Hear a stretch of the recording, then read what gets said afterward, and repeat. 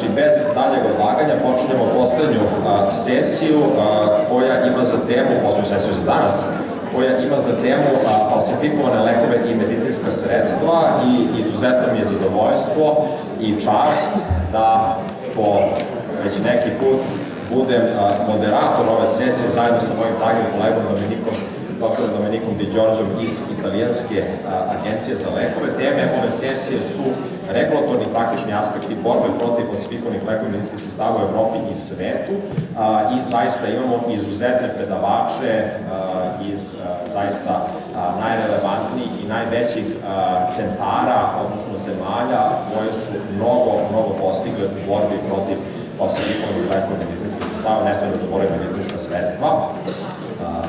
Evo, Saška me ovako gleda, a sad se rasmijala. Tako da, sada, pošto je ovo dan puno nekih iznenađenja, ja imam još jedno iznenađenje, a to je da imam tajnu prezentaciju koju ću održati sada na početku, neću zauzeti previše vremena pošto nije u programu i trajeće samo par minuta, ali mislio sam da je zaista lepo i važno da čujete nešto što smo radili, pre svega Domeniko i ja, i nešto zašto očekujem da će se uskoro pojaviti i u Velikoj Britaniji i u Rusiji. To će biti slajdovi na engleskom, ja ću nastaviti da pričam na srpskom jeziku. Dakle, u pitanju je strip projekat o falsifikovanim lekovima i čisto da imate neku ideju, znači odakle smo počeli, koja je bila naša ideja, ne želimo da budemo ovaj tip regulatorna eksperta koje su nas uvezane ruke, znači želimo da budemo proaktivni, naročito u pogledu edukacije i unapređenja znanja stanovništva o temama kojima se bavimo i da rešimo neke nesporazume, predrasude i teorije zavere. I zašto regulišemo lekove? Dobro, ovo je dobro poznati slajd, ali smatram da danas se suočavamo sa katastrofom koja je možda blizu talidomitske, ali neće tako lako proći. U pitanju je zaista globalna pošast falsifikovanih lekova i medicinskih sredstava i da bismo sprečili da nam se u budućnosti ovakve slike vezuju za nešto što sada možemo ili da se potrudimo da sprečimo, onda zaista moramo svi zajedno da radimo na tome.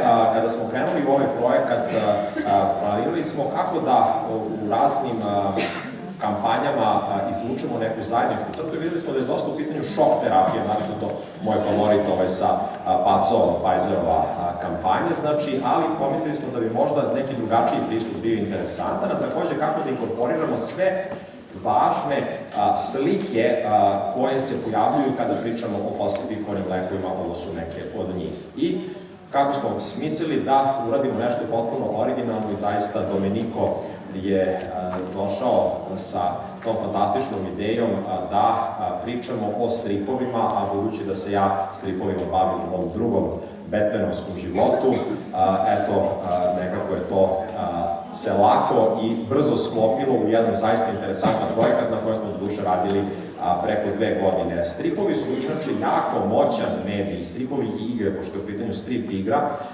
uticanja na ljude od Popaja, preko jedne sjajne priče za koju sada nemam vremena, ali ću vam ispričati jednom prilikom kako su Japanci uspeli u pomoć stripa da dovedu vodu u Irak, preko stripova koje je pravi recimo čuveni CDC kako se pripremiti za zombi pandemiju, Supermanovog stripa kako edukovati decu o minama, vidite ga i na srpskom i na albanskom jeziku, a i samog Saveta Evrope koji je pravio ozbiljne publikacije u formi stripa na temu trgovine ljudima. Takođe, koncept ozbiljnih igara je nešto što smo inkorporirali u naš projekat i napravili ga interaktivnim i smatrali smo da može tako biti zanimljiv i današnjoj deci kojima možda običan strip tek ne bi bio dovoljan. Uz pomoć Saveta Evrope smo formirali publikaciju koja predstavlja instrukciju za učitelje kako bi mogli da iskoriste ove materijale u nastavi, jer upravo cilj je da taj materijal edukativni koji smo formirali prezentujemo mladima i deci i da prezentujemo nešto što smo smatrali da je put lažnih lekova od ovog užasnog mesta za proizvodnju do usti ove male devojčice koja je našla neke čudne pilule u sobi starijeg brata. I kako je to izgledalo, znači uz puno konsultanata, saradnju i koordinaciju od strane Domenika i mene, došli smo do projekta i do rezultata praktičnog u formi stripa i igre sa ozbiljnom psihološkom pozadinom namenjenom određenim uzrastima dece. I sada da vas ne zamaram, bit će prilike da ga pročitate integralno, znači, a evo kako on zaista izgleda i praktično on se može igrati, može se koristiti online, nalazi se na sajtu Agencije za lekove i prikazuje određene situacije koje su zaista bazirane na stvarnim iskustvima.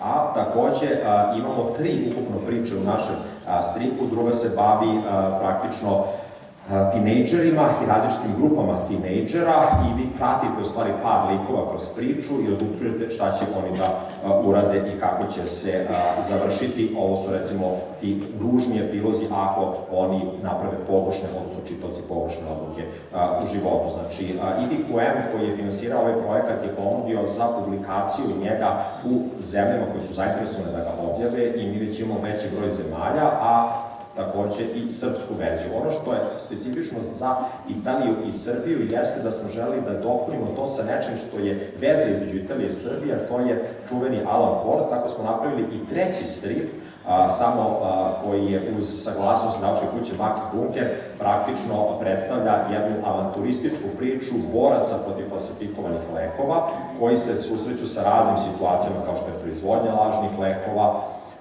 kao što su pijace u Africi, na kojima se podbiju lekovi, pojava lekova u legalnom lancu snabdevanja i tako dalje, pa čak i jedan super negativac. I evo smo Domeniko i ja u stripu kao junaci na jednom kadru, tako da nismo pravi junaci, samo se to pojavljamo, ali eto, to je bio jedan detaljčić. I samo za kraj da vidite kako je to praktično izgledalo, znači mi smo puno radili u Srbiji, pre svega, znači probali više puta sa decom kako im se sviđa i prilagođavali ovaj strip na raznim događajima, videli šta funkcioniše, šta ne funkcioniše i praktično na taj način ga prilagodili tom poslednjem finalnom obliku koji je zaista pokazao se vrlo dobar u edukaciji kada smo ga zaista koristili. Tako da ovo su sve bile neke vrste proba, a ovo je konačna promocija pred preko 300 studenta i učenika krajem septembra. Bukvalno nisu mogli da stanu u salu, to je zaista bilo krcato. Tu je naravno naš crtač Boris Nenezić koji je potpisivao strip tom prilikom.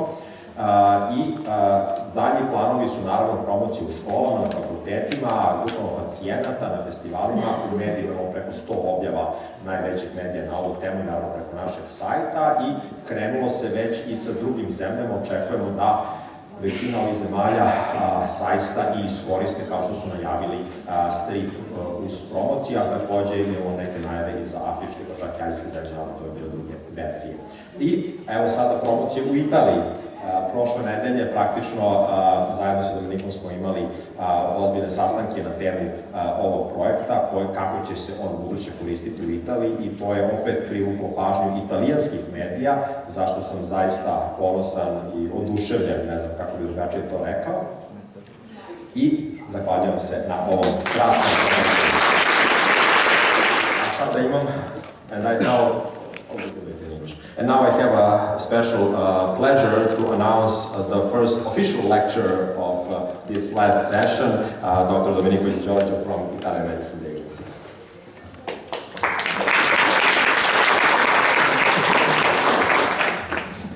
Thank you for the invitation to ALIMS. Thank you, Pavle, for the presentation and for presenting the comic book. My presentation will be a little bit more focused on institutional things, so I can skip the comic book. That was the interesting part. Okay, so as you know, since the falsification of medicines became a real problem also for Europe, for European countries, during the last years we developed a lot of new tools, not only for communication but also in terms of regulation. And in particular, we negotiated a couple of very relevant acts, the Medicinskih Convention of the Council of Europe and the 2011/62 Directive of the Union. So I took this piece of regulation for explaining you as complex is the framework in which we are working. This new directive was the result of something like 5 years of development and discussion. And it was a very impressive result because it is the first piece of regulation where falsified medicines are defined. And if you cannot define, I think it is impossible to contract them. This definition that you can see is broad enough for covering also, for instance, the medicines stolen from the Italian hospitals that were recycled into the German market. So it is not a detail. We were able to disrupt probably the biggest criminal infiltration of falsified medicines in Europe by using the rules that we were able to access thanks to this broad definition of falsified medicine. So the first result of this directive was to better identify the problem.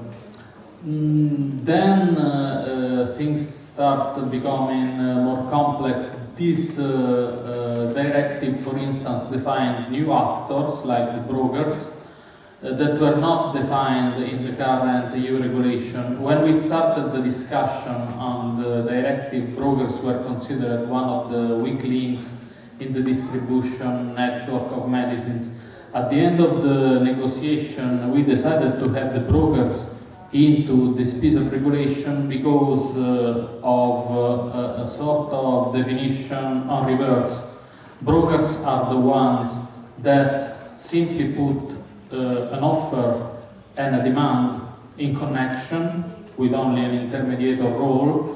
So any other operator that's not brokering should be under the regulation, under the control of the Drug Regulatory Agency.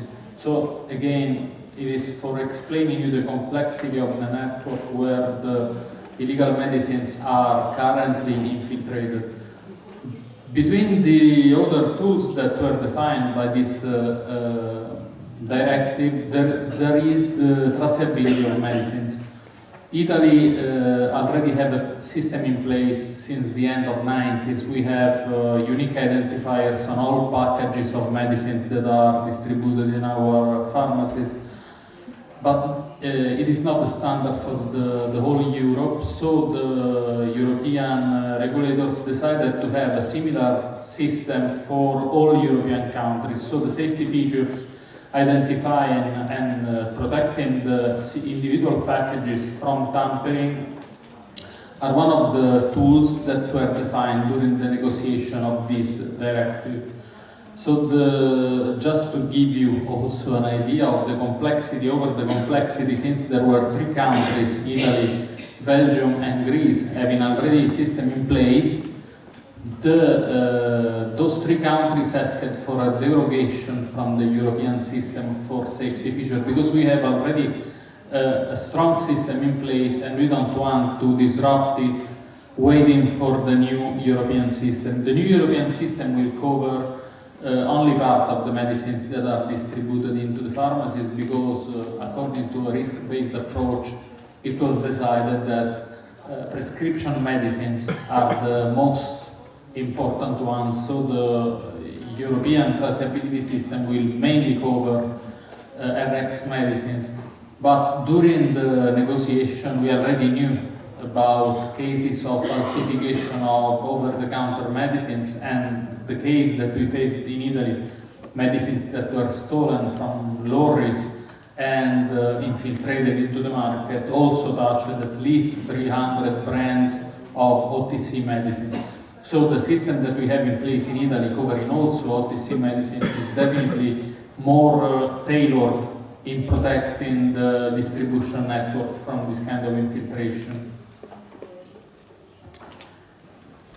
Anyway, probably the most important point in this directive with respect to the infiltration of illegal medicines is the attempt of regulating the sales at the distance of medicines, so the internet sales of medicines.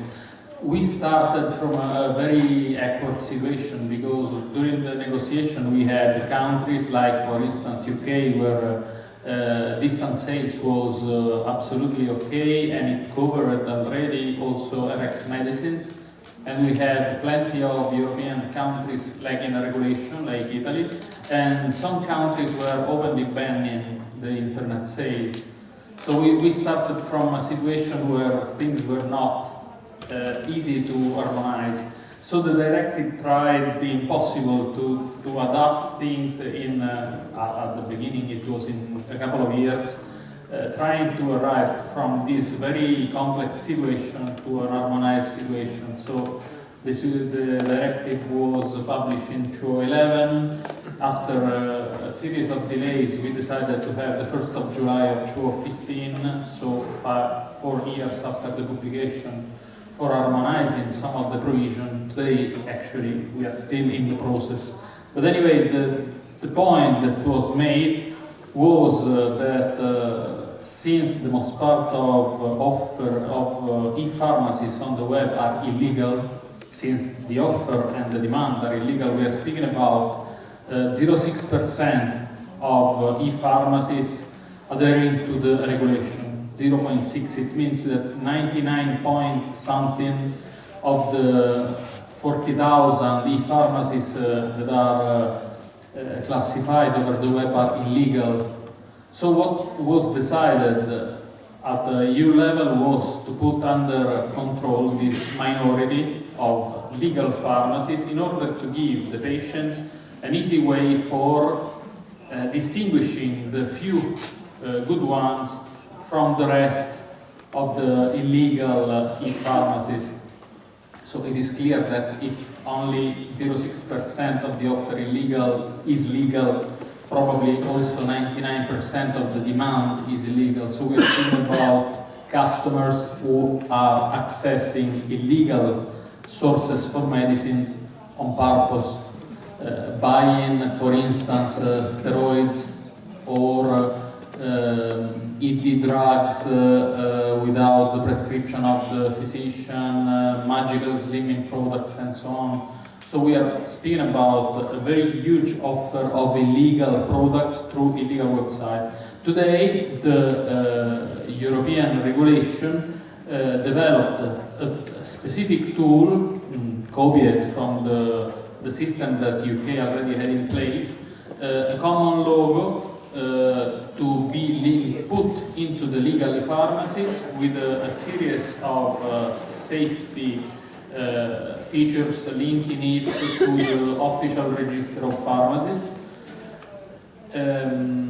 that list the websites and the legal pharmacy running the website, because one of the key points in the directive is that only operators already habilitated to sell medicines may be authorized to sell medicines on the web, because they may be inspected, they are under the control of the authorities and so on.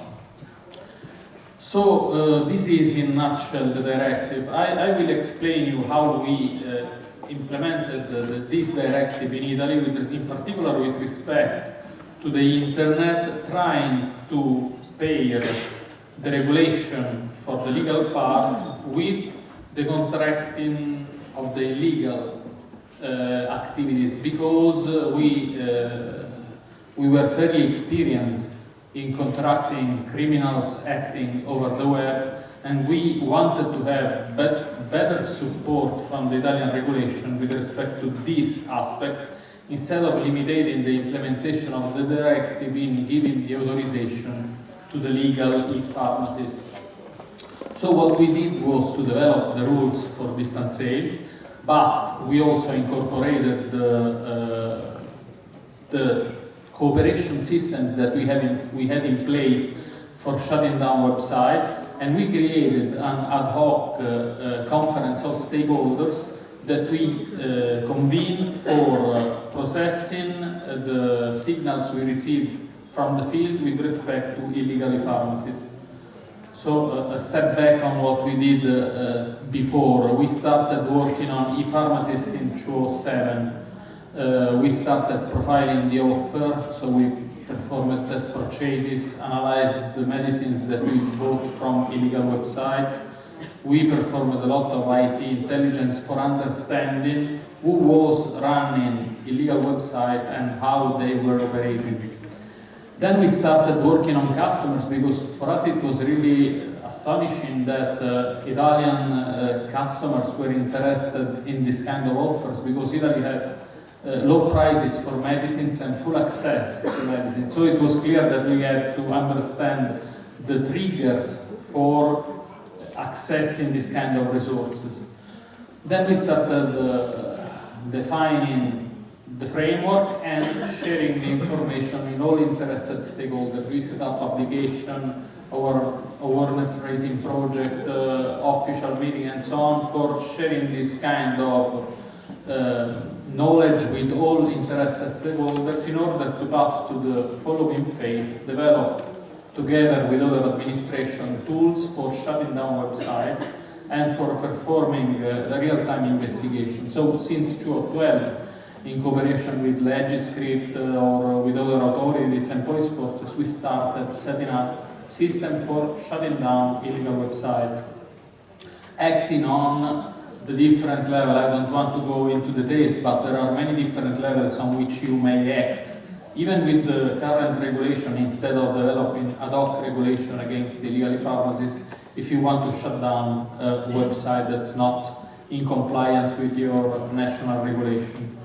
So I don't want to go too much into detail, but anyway, this is a short list of some of the targets that we focused on for demonstrating the possibility of using the different regulation for shutting down illegal websites. And the biggest results that we had was the blocking, thanks to the competition authority procedures. We set up a trial with the European authorities in the area of the competition against sort of, not exactly UK, not exactly pharmacy, selling exactly prescription medicines to all European countries. So we were able, thanks to the competition authority rules, to block the activity of this 121doc.com website shipping medicines to Italy. So we blocked the access from Italy to the website of this group.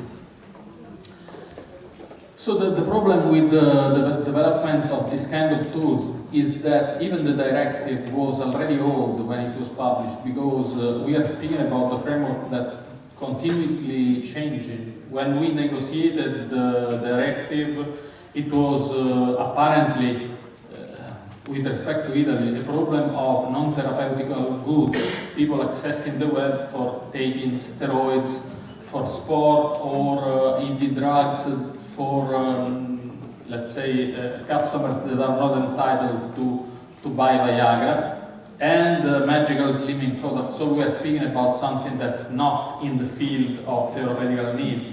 But today we start having, even in Italy, even in Europe, problems of access to some medicines. The new medicines against, for instance, hepatitis C, have a very high cost, so we will have a very low access to these medicines. So we are starting noticing websites like this one, but we have also different kind of this offering the Sovaldi, the medicine against this disease. So we are speaking about new kind of customers having no access to something that's critical for their health. So it is clearly a completely different situation with respect to the websites that I was speaking of. On the other hand, since we were able to streamline the tools for shutting down websites using the existing regulation, criminals moved their offer into the gray area of the less regulated products. For instance, they started using eBay for offering products promoted as natural products or food supplements. But if you're familiar with some products, this is offered like a natural product, but the picture is a detail of a well-known product, Camagra. Camagra gel is a sildenafil brand from India.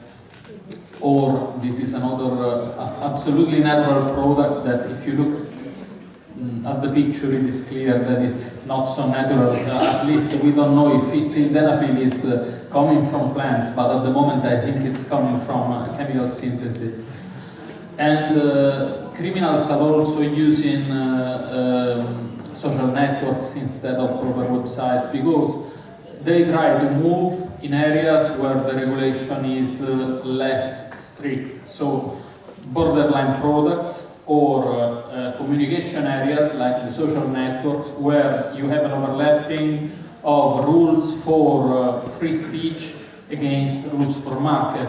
So if you want to block a page in Facebook, you have to go for a procedure that's not so easy, and you create a delay in acting, and the delay is the business space for the criminals. So that's the reason why we started working properly also on social networks, but in particular, this is one of the reasons why we kept in developing tools for sharing information in real time between authorities, like the fake share platform that we set up as a consequence of a European project, which is a tool for giving the information I shared with you in real time to investigators. So anytime we spot a new case, we try to develop a document that is shared with all interested parties through the web in a restricted area, in order to optimize the use of resources and not to force everyone to reinvent the wheel, starting from scratch with a new project on a product that probably MHRA or IFA has already intercepted somewhere. This kind of project was set up for supporting investigators, but it also had a relevant part in communication, because it is impossible to counteract these criminal behaviors if we are not able to shut down the demand. It is really one of the critical points.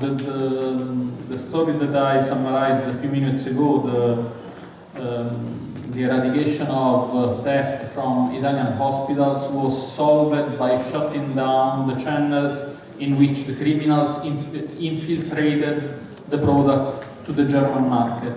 So instead of blocking our hospitals, we discovered where the product was sold and we shut down the demand.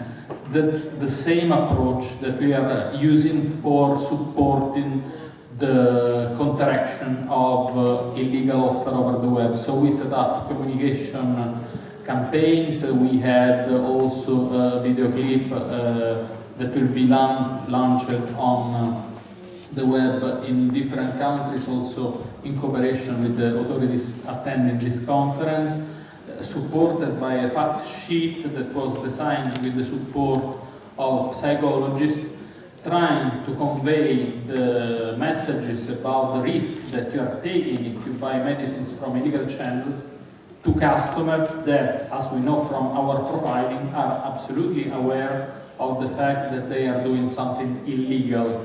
They underestimate the danger, but they are absolutely aware of the fact that they are buying medicines from illegal websites. So this approach is the standard ones that we always focused on. Application like the comic book that Pavle already mentioned are a standard for us, because they are a very powerful way for sharing information in a structured manner. And we are also now trying to move to a different level, so we develop also, this is the white paper on the case that I mentioned, the hospital one, and it is a way for sharing information, structured information with authorities all around Europe about an investigation. On the right part of the slide, you see one of the e-books that we developed now for the Italian authorities, but it will be translated and published through Fake Share at the European level, again structuring the information that we gathered and we are gathering during all those years, because if we are not able to structure the information and to share it, all of this work that we are doing won't be so effective, because we will have to start and restart facing the same activities. The book on pharmaceutical crime was developed specifically for Italian prosecutors, and it was already proven to be effective, because now Italian prosecutors share the information and started giving priority to this kind of investigation we are involved on, instead of looking at pharmaceutical crime like at something very marginal, because they had no idea of the priority, and so also publications are a very good way for making them more aware of the kind of dangers that we are facing. Thank you.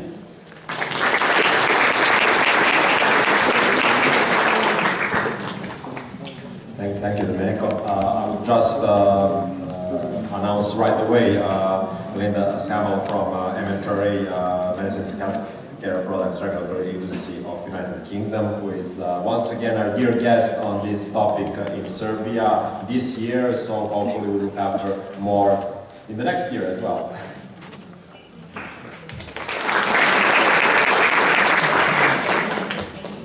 Bravo. You'll be pleased to know I won't be torturing your language any further today.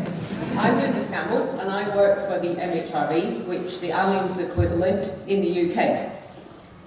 And I'm going to give you a little snapshot of what's going on in the UK and about cooperation with our friends in Europe and our friends here and elsewhere across the world. So, are we all ready to rock and roll? Yep, good.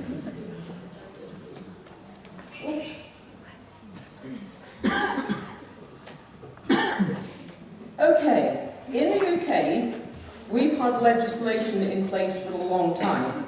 I know that most of the audience here won't have been born in 1968, but I was. And we in the UK introduced medicines legislation for one reason. And that reason was, who remembers anything about thalidomide? Yeah, a couple of people. So you remember the story. This drug was prescribed to pregnant women, and the children were born without legs and arms. It was a tragedy, and in the UK, there was such strong feeling in the Houses of Parliament about this episode that back in 1967, we drafted medicines legislation that we still have to this day. And that's why we have it. But the crimes go on, not in 1968, but today.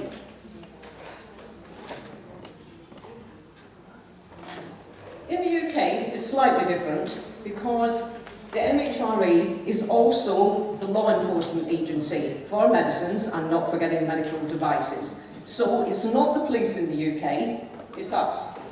Not saying that we don't work with the police, because of course criminals will do other crimes as well. So our association and liaison with the police is vital. I work in the enforcement group, so we are the law enforcers for medicines and devices. There's about 50 of us. I'm not going to explain the chart, but we all have different roles: investigating, intelligence building, lawyers, and catching the bad guys. Really, that's what we do. Okay, yes, in British type efficiency, I'm not going to repeat anything or go over a slide that my good friend Domeniko said already. I've explained to you that we've had powers in the UK that date back to 1968. We have powers to search premises and seize products that we think are breaching UK legislation. We use the Crown Prosecution Service as solicitors, but we bring the prosecutions ourselves to the court. We take on cases of medicines legislation, but we also bring the prosecution for other types of things, like fraud, and of course what's very important is proceeds of crime, because you can't always bang them up in prison, but you can go after their Ferraris and their big houses, so that's where it really hurts them.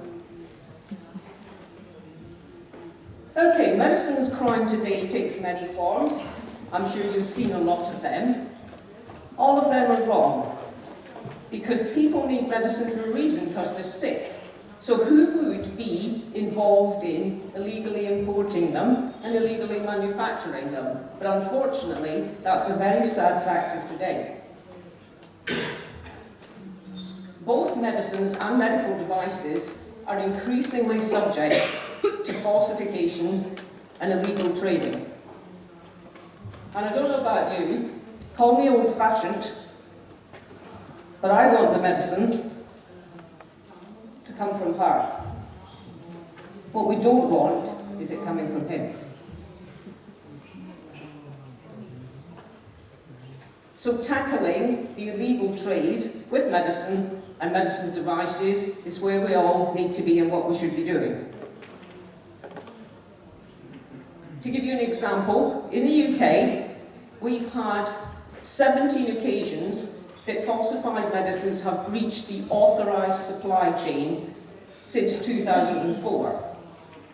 Now actually, we dispense something like 1 billion prescription items a year just in England and Wales. So actually 17 isn't bad, but it's 17 too many. And we have to put strategies in place to stop this illegal trading. In 2011 in the UK, 5 men were prosecuted for their involvement of the importation and supply of over 2 million doses of counterfeit medicines. Approximately 700,000 reached patients in the regulated supply chain.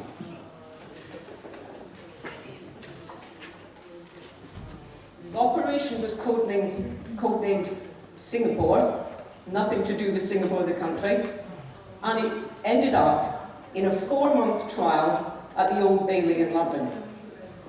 But I'm pleased to say that the ringleader was convicted, and he can't be with us today because he's serving 8 years in prison and he's still there. So I said we'd introduced a strategy since then, and that has a number of measures, including communication, collaboration, and extra regulation. We've also introduced a 24-hour counterfeit hotline.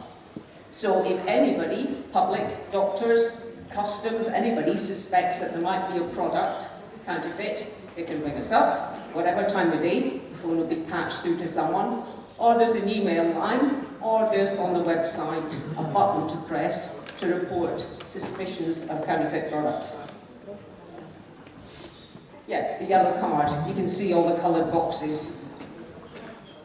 You can report all manner of things on this: devices, suspected medicines, counterfeits, all on our website. Okay, and we're tackling the legitimate supply chain by intelligence-led investigation, doing a bit of surveillance and working undercover. I think I mentioned before, one of the most crucial things is following the money and collaboration, because not one country, not the UK, not Italy, Serbia or Russia, can do this by itself. In my grandparents' day, back in Scotland, they can't have imagined that a product would come from the other side of the world. It was probably made 5 miles down the road. But the world doesn't like that anymore, and medicines and everything else make their way all around the globe every day of every year. So collaboration is very important. We can't fight it on our own. But of course the internet. Domeniko's mentioned this already. Dealing with that is a completely different thing. Okay, I'm going to ask you a question, just to make sure you're all not asleep by this time on a Friday, but have a quick look at this. It's offering a one-stop online pharmacy. How many people have received an email like that in their inbox? No, not too many of you. Okay, yeah, lots of people are nodding. Okay, where the link is, Order RX, that means prescription-only medicines in the States. Has anybody ever clicked that? There's a lot of guys at the front row going, mind your own business. If you did happen to click it then, this is what happens. It connects to this website. Now, have a look at that website. For me, the prices are in pounds sterling. There are a load of flags of EU countries in the top right-hand corner, and medicines that you will have heard of. A very friendly man with grey hair and a big stethoscope in the front. So just thinking about it, would you be tempted to buy your medicines from there? Hands up anybody who might just be tempted having a look at that picture. Don't be shy, because I know you're not. I might be. Yeah, why not? Well, I'll tell you why not. Because all of this is not what it seems. This website is hosted on the other side of the world, in a country that has very weak legislative controls. The products, if you were stupid enough to buy them, are not what they say they are, and they could do you lots and lots of harm. So don't do it. Why do the criminals do that? Then obviously they can access vast global markets at the click of a button. Actually, this was a quiz, but as Pavle's PDF'd my presentation, you can actually see the answer before I ask it. So, if you were to tap Viagra in, how many hits do you think you get? It tells you there, it's 10 million, within a fraction of a second. That's the market there is. But it extends to everything, because if you type in Ebola medicines, you get a whole range of medicines offered to you as well. And even if you're in a country that had the outbreak. Why is it a problem? Because medicines online are usually not what you think you're going to get. They could cause you adverse reactions, they'll contain dangerous ingredients, they'll interact with other medicines you're taking, and so it goes on. It will be too late for this girl. Lorna Landon was a paramedic in London. She worked shifts, she was very tired. She ordered some sleeping tablets from an internet website. You would have thought she would have known better. But she didn't. She bought them, she took them, and she died. But it goes on. Diet pills got on the internet by a young 21-year-old girl. More sleeping pills, and the girl hanged herself. And if I'm not convincing you, and I expect with a room full of professional people like this I should be, there are economic factors. If you start messing about on the internet with those kind of websites, you'll find maybe the goods don't arrive, your credit card gets scammed, or your email address gets hacked. So all in all, it's not to be recommended.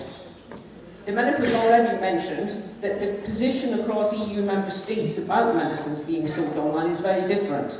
In the UK, for example, it's perfectly legal to sell all categories of medicines online. But that doesn't mean to say we've thrown away the rule book completely, because, for example, if you want a prescription medicine, you can get it online, but you still need a prescription. It still needs to be dispensed from a registered UK pharmacy.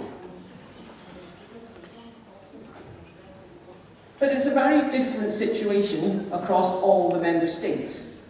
The green country with the blue arrow is the UK, and the other countries coloured in green are the ones that allow all categories of medicine to be sold online.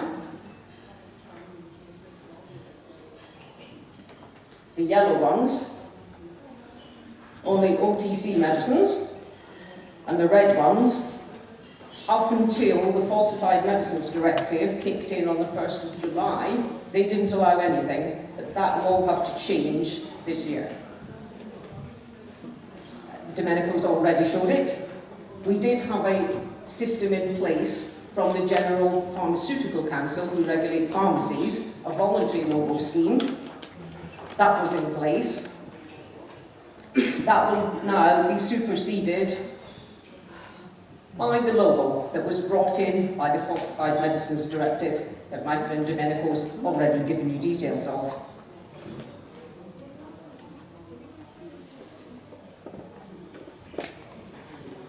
About that.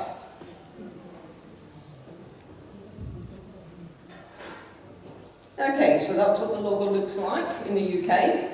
If it was Italy, it would have an Italian flag. If it was Finland, it would have a Finnish flag. You get what I mean. That's what it looks like.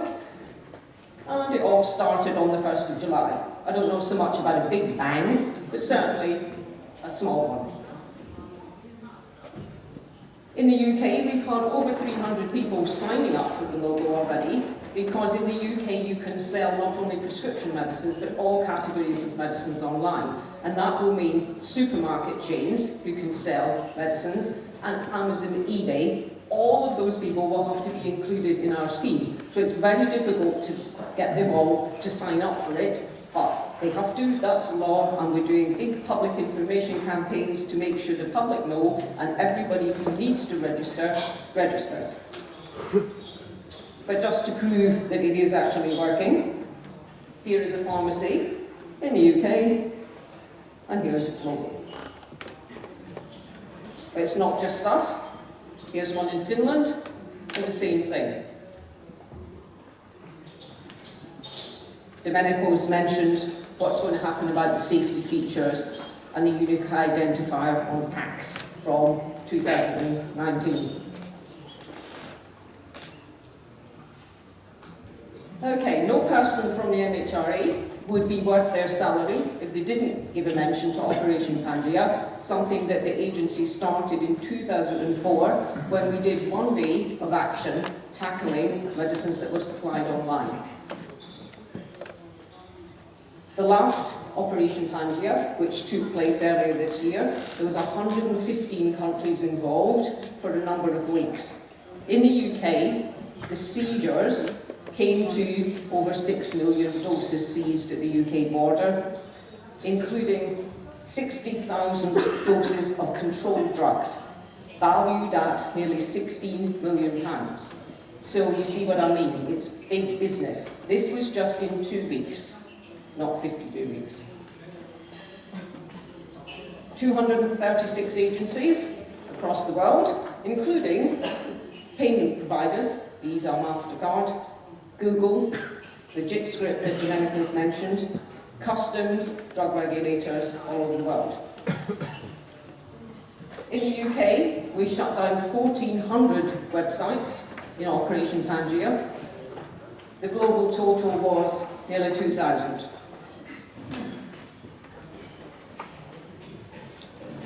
And it includes all therapeutic categories of medicine. It's not just lifestyle drugs anymore. Benzodiazepine, tramadol, testosterone, diabetes pills, abortion pills, all of them are being illegally traded to your people and mine. For example, this is a flat in Edinburgh, the capital of Scotland. That's not an optical illusion. The shelves are bent because they have got so much product on them that it's being illegally traded over the internet. A Polish shop in West London, supposed to be selling food.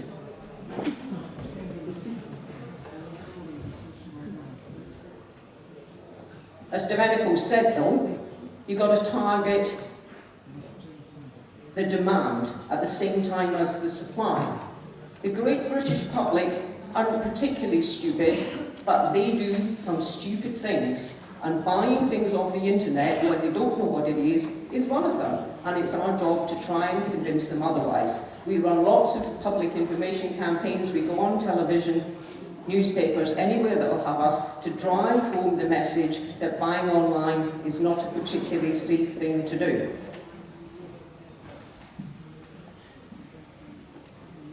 Abortion pills, for example, sold to teenagers at 78 pence each. Domeniko touched on that. That's what happens now. But what about the future? 2 main areas are happening: social media and accessibility to medicines on the market.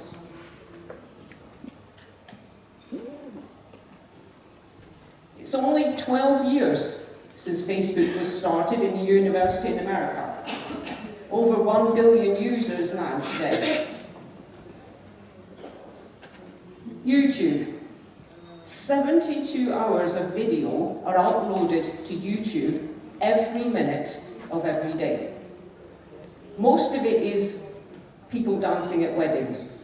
You got that as well, yeah. Or cats up a tree, or something like that. But it has a sinister side. And actually, the MHRA has removed over 20,000 videos from YouTube because they're advertising and offering medicines illegally from the YouTube site. Tweeting, 20 million users in 10 years. Who here has got some kind of smartphone on them? I'm not saying who's using it at the moment, but who's got one? Yeah? 40 billion downloads from the App Store last year. 40 billion. More than 1 billion smartphones sold, and 4 out of 5 smartphone users use them to shop online. The internet doesn't stand still. I think you know where I'm going with this. Because if you drive crime off websites, it goes somewhere else. Okay. The man on the picture, you'll be too young to remember him as well. He's called Bob Dylan. And he said, or rather he sang, the times are changing. And so have we to do the same. I thought I'd leave you with this. Have a good look at that picture.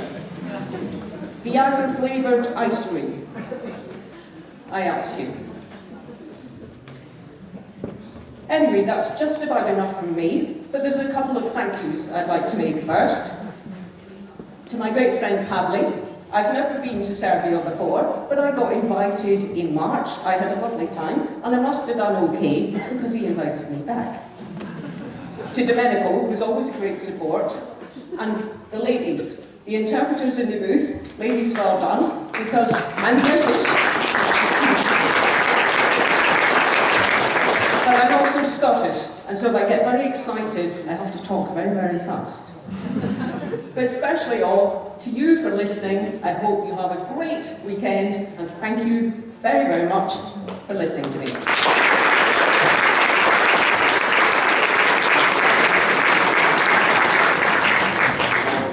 And the last lecture for today will be our dear guest from Nadzor, Head of Department of Organization of State Control and Registration of Medical Devices of Federal Service on Surveillance in Healthcare of Russian Federation, my dear colleague Elena Astapenko. So I will just give the floor to her. Dear colleagues and participants of this symposium, today I would like to tell you about state control of medicine and medical devices in Russian Federation.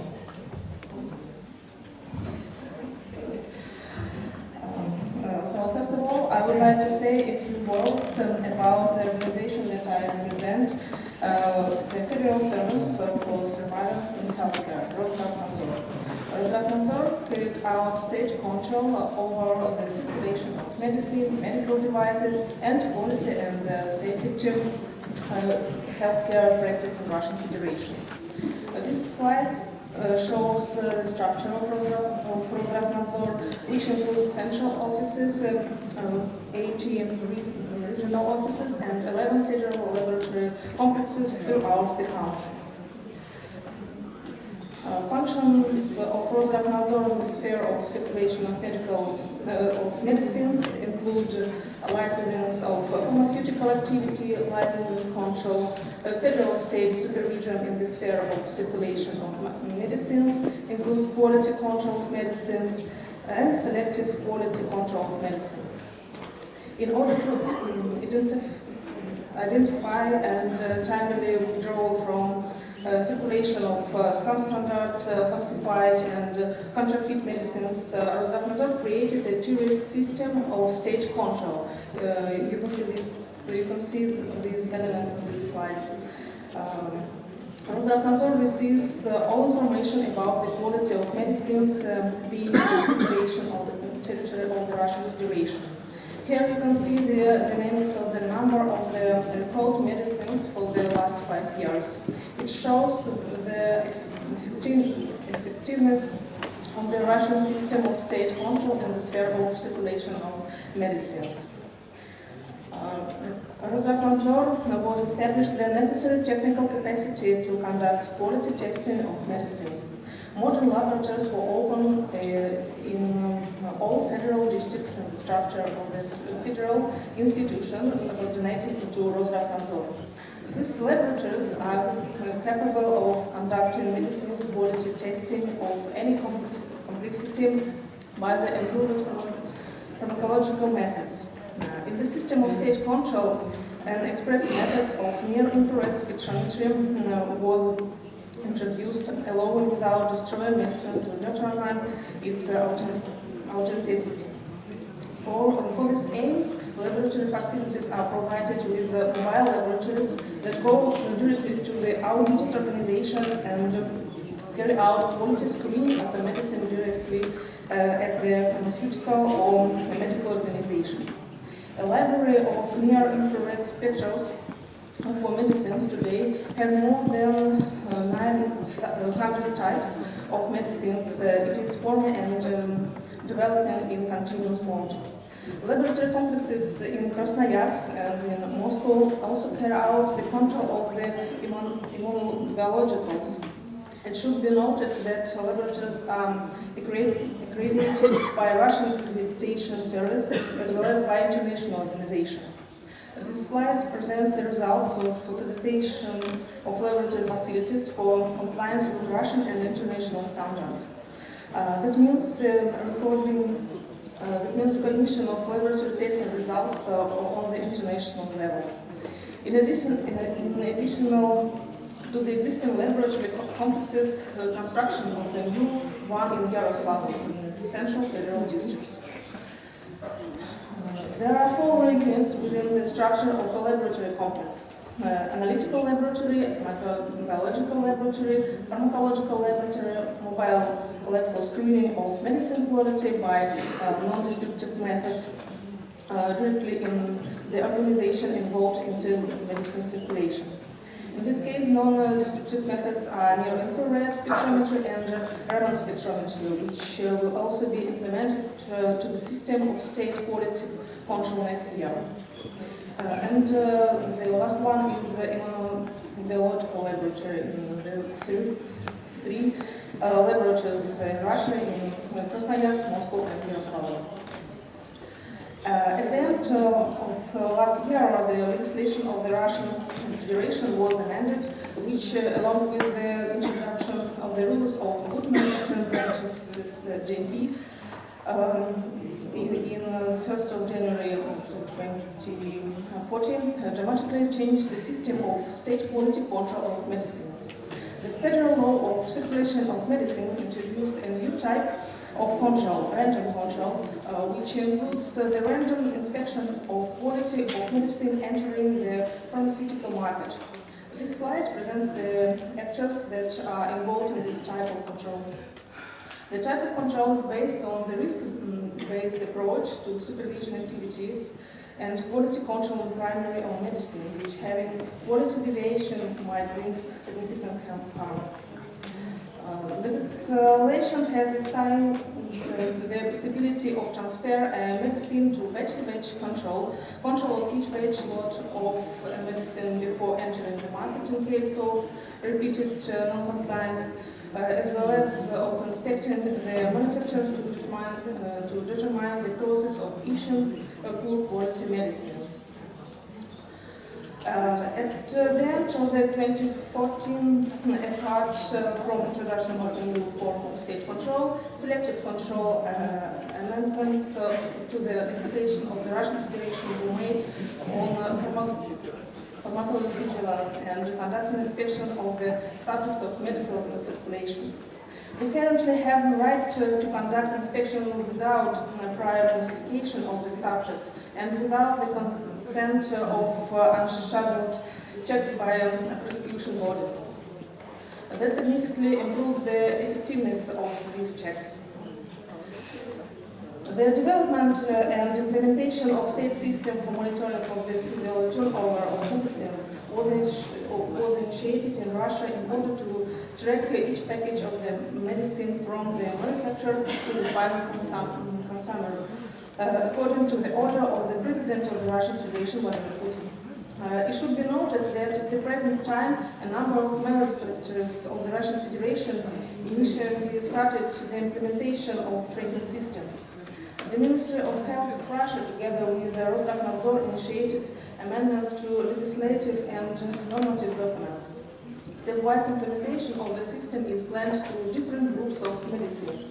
It's planned to complete the implementation of the system for all the medicines in 2019. In 2015, Russia participated for the 6th time in the international operation Pandemia, aimed at suppression on counterfeit and falsified medicine trade via the internet. As part of Operation Rosnefnadzor annually conducts control measures together with the representatives of all enforcement and customs authorities. The mobile laboratories are screening quality of medicine using near-infrared spectrometry method. Laboratories complexes examine questionable sample of medicines. Rosnefnadzor provides advisory and information support to participants of the operation, sends information material, a list of counterfeit drugs and substances, and also information about installed signs of falsification. The following function under the jurisdiction of Rosnefnadzor is control of medical device circulation. Development of new approach to control of medical devices circulation began in the Russian Federation in 2012. Today, on the territory of Russia, there are more than 20 legal acts in the sphere of medical device circulation.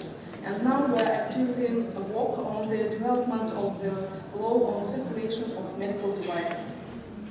The definition of the medical devices in accordance with the Russian legislation is presented on this slide. It should be noted that this definition correlates with the definition adopted by the European legislation. Rosnefnadzor carries out control at all stages of medical devices, from design to utilization and disposal. This slide shows the stages of circulation of medical devices fixed by the Russian legislation. Only registered medical devices are allowed to circulate on the territory of the Russian Federation. Today, there are more than 35,000 medical devices registered in Russia. The list of registered medical devices is published on our official website. Control of circulation of medical devices is carried out through the issuance of permission for the imports of medical devices for the purposes of their state registration, audits of the subject of circulation of medical devices, and monitoring of safety of medical devices. It should be noted that in the territory of the Russian Federation, more than half of million organizations involved in the circulation of medical devices. For the purpose of carrying out state control of circulation of medical devices, there are Rosnefnadzor's subordinate expert organizations that conduct technical tests, psychological studies, and monitoring the quality, effectiveness, and safety of medical devices. Federal State Budgetary Institution, all Russian Scientific Research and Test Institute for Medical Engineer of Rosnefnadzor is the leading agency in the country. The main tasks of this institute are improvement of expert and testing components of the state control in the sphere of circulation of medical devices, and ensuring of Russian healthcare by qualified, highly efficient and safe medical devices. For this purpose, the Institute is equipped with 10 modern laboratories and high-class experts. Usually, every year, the Rosnefnadzor and its regional offices carried out about 8,000 inspections of organizations involved in the circulation of medical devices. This slide shows the statistically identified medical devices and group of products, the quality and safety of each with the most common names. All solutions accepted by Rosnefnadzor are published on our website. In 2014, in the last year. The amendments in administrative and criminal law were improved in the sphere of medicines and medical devices. Direct rule of punishment for circulation of falsified, counterfeit, substandard and unregistered medicines, medical devices and falsified biological active supplements, as well as administrative responsibility for violation of the established rules in the sphere of medical devices circulation is introduced. The Criminal Code of the Russian Federation criminalized the circulation of counterfeit, substandard and unregistered medicine, medical devices, or falsified biological active supplements. Thank you for your attention.